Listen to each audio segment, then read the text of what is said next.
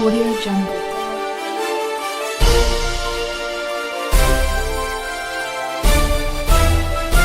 Audio Jungle.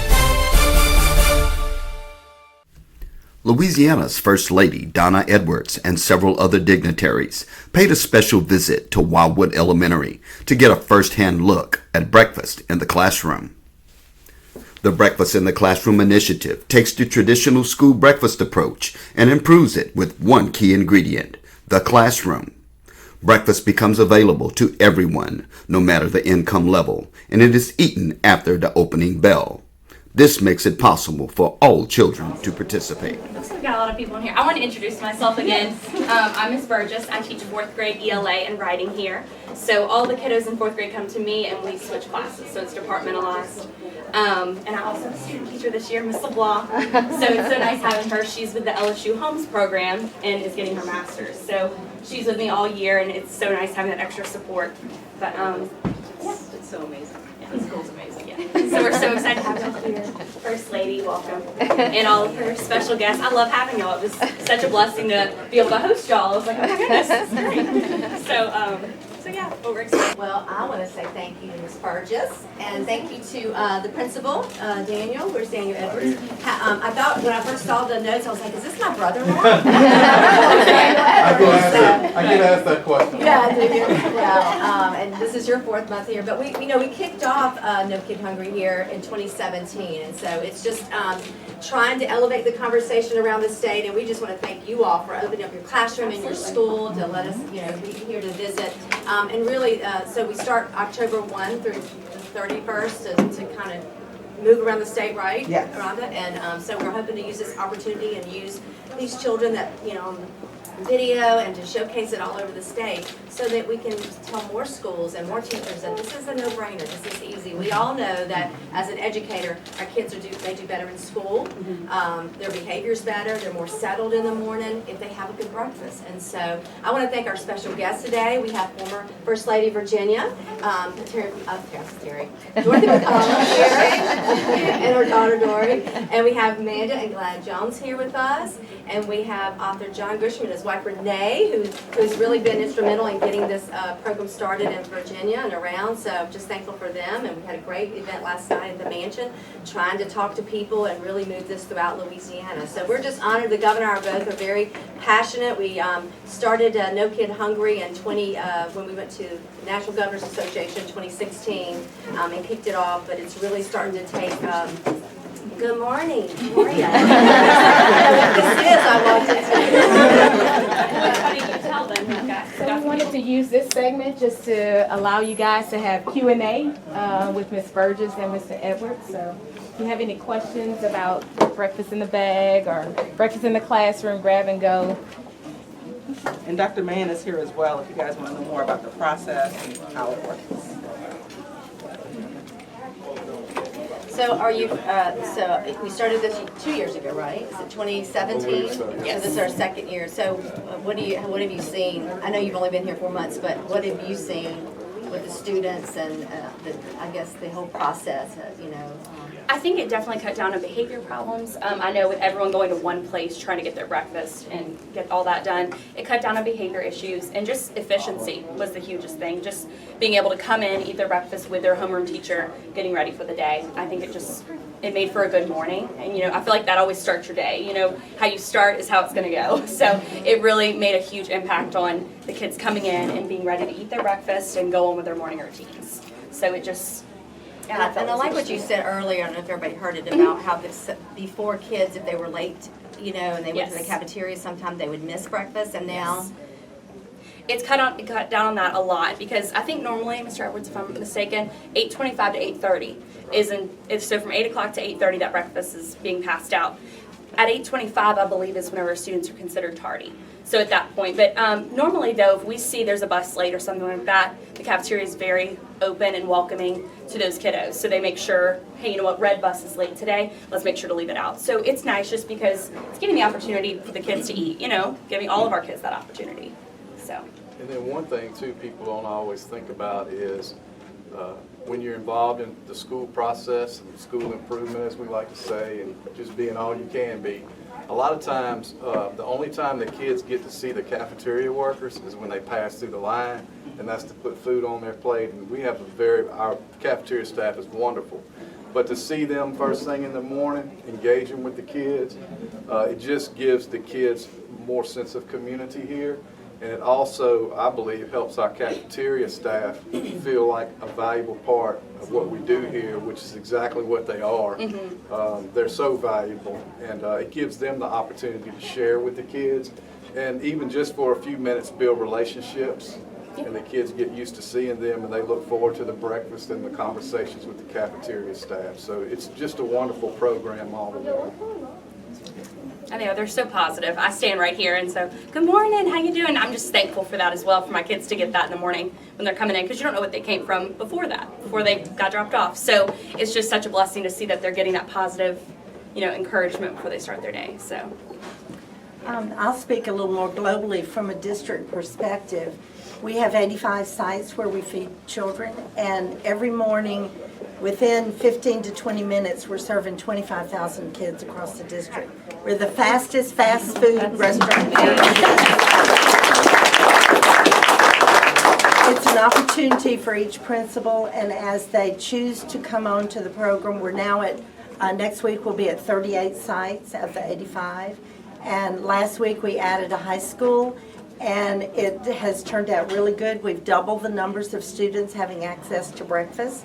And it, from a little different standpoint, if kids come in and bring things from the neighborhood, see, it diffuses that to the classroom. So it gives the teacher an opportunity to visit with the kids. I've seen a lot of learning going on as breakfast is happening. I stepped into the back of one pre-K classroom, and the teacher was talking to the students. They were sitting at a table.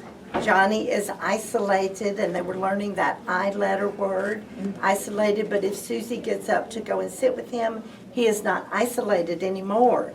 And the teacher saw me, and she said, oh, say good morning to Dr. Mann's students. And they were eating, they didn't pay attention. She said, students, it is imperative that you say good morning to her. What does imperative mean? That was our I letter from yesterday. And they said, important, it means important. She said, that's correct. It is imperative that you say good morning. They all said good morning. So these are pre-K kids learning vocabulary words during breakfast and interacting with their teachers. So we've seen a lot of good things, ripple effects. Buses are more on time. Teachers are there to greet the kids at the classroom instead of just running in at the last minute. So it gives a lot of opportunities if they're taken. So we're really pleased to be a model for the whole state for this program. And you mentioned something when you were early on, what you just spoke about, you said if schools choose to have this program. Tell me a little bit about that. Our superintendent does not want to force any principal to go with this program, so he is extremely supportive of it and has said so in principals' meetings. I've talked in principals' meetings. And as the success at one school is shown to another principal and they say, hey, this will work for me, then they come on board. So when we do training, we have to train the staff. It's different for them. We work with the teachers how to have the kids not train them to not mess up. We don't want a lot of mess in the classroom. So there's a lot of training that goes in on board 2 weeks, 1 week prior, and then we go live with our program. So as the principals see the successes, and this is one of the schools, so Twin Oaks is another one that we've been to. So we've just started at Woodlawn Elementary, and we're getting ready to start Jefferson Terrace. So as success breeds success. So that's the way our superintendent has chosen it to be modeled here, and it works. It's worked for us. Can I ask a question about how Share a Strength has helped as you implement and move from school to school? Thank you for what you're doing, by the way, because I know that expansion it's a lot for a big district. It is, but we do it one school at a time. We need the insulated bags, and I know you saw those in the front. We have coolers, milk coolers, and different things that we use, carts that we buy, trays, the pretty display trays. So we use any grants that we get for equipment to implement this program. So it's been a tremendous help to us. The other piece of that too is how much Dr. Mann and others have helped us, because what they're able to do is then train other FNS directors around the state. They're talking to each other. We have conference calls or webinars with the FNS directors so they can ask each other questions and get some guidance. Sometimes it's just as simple as, we need menu ideas. What are folks serving? Because you do have to move to a different menu style. We have questions around, what cart works best for your school, or what bags work best. So some of those things, as well as just the operations piece of it. So it has been very helpful, once we started working with different communities, different districts, to have them on board to be able to train and do peer-to-peer sharing and learning as well. And we've had visitors from all over the state, principals, teachers, food service directors, cafeteria staff, because it's like, oh, I don't know how this is going to work. We don't want ants in the classroom. So they have to see it in action to understand the benefits and to realize that whatever problems you have, those are adult problems, and we need to figure it out because this program is for the children. That's right. And that's why we've been so successful here. And we share that in meetings, lots of meetings. So we were able to see the process kind of when we walked in. I want to give the cafeteria manager just a few moments to talk about how they set up, is it simple, what that looks like on a day-to-day. This is the boss.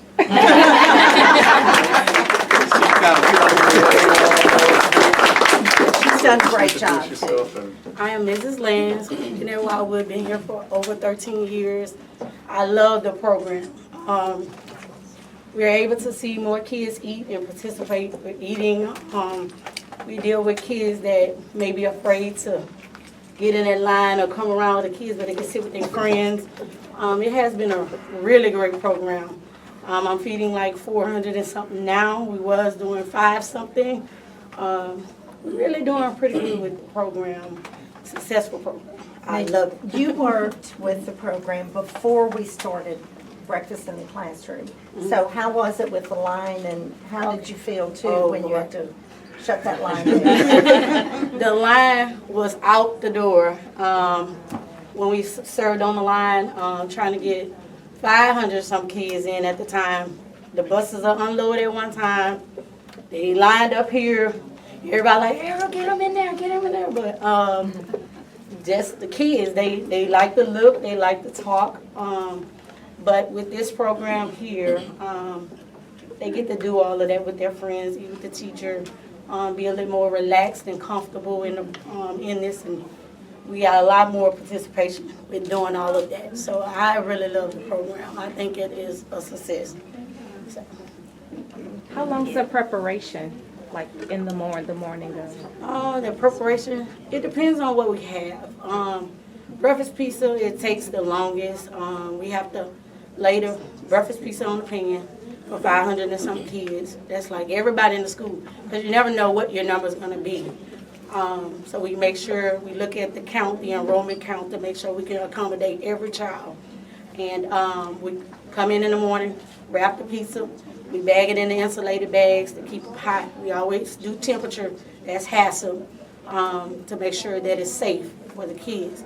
We put ice on our juice bags to keep them cold, keep them at the right temperature. And the milk as well. Make sure we have all 4 different kinds of milk to offer to the kids, which are their choices. So it's pretty much good. What time do y'all come in? I get here at 6:30. So I have 2 people come at 6:30, which help me get everything set up. Then we have a 7 o'clock person that also come in. So we get in and we just wrapping whatever day that we have to wrap everything, because some stuff we have to wrap. Some stuff come in prepackaged as well. So the prepackaged days is not as challenging as the ones that you have to wrap. But we do have enough people on staff to be able to do that. So thank Dr. Mann.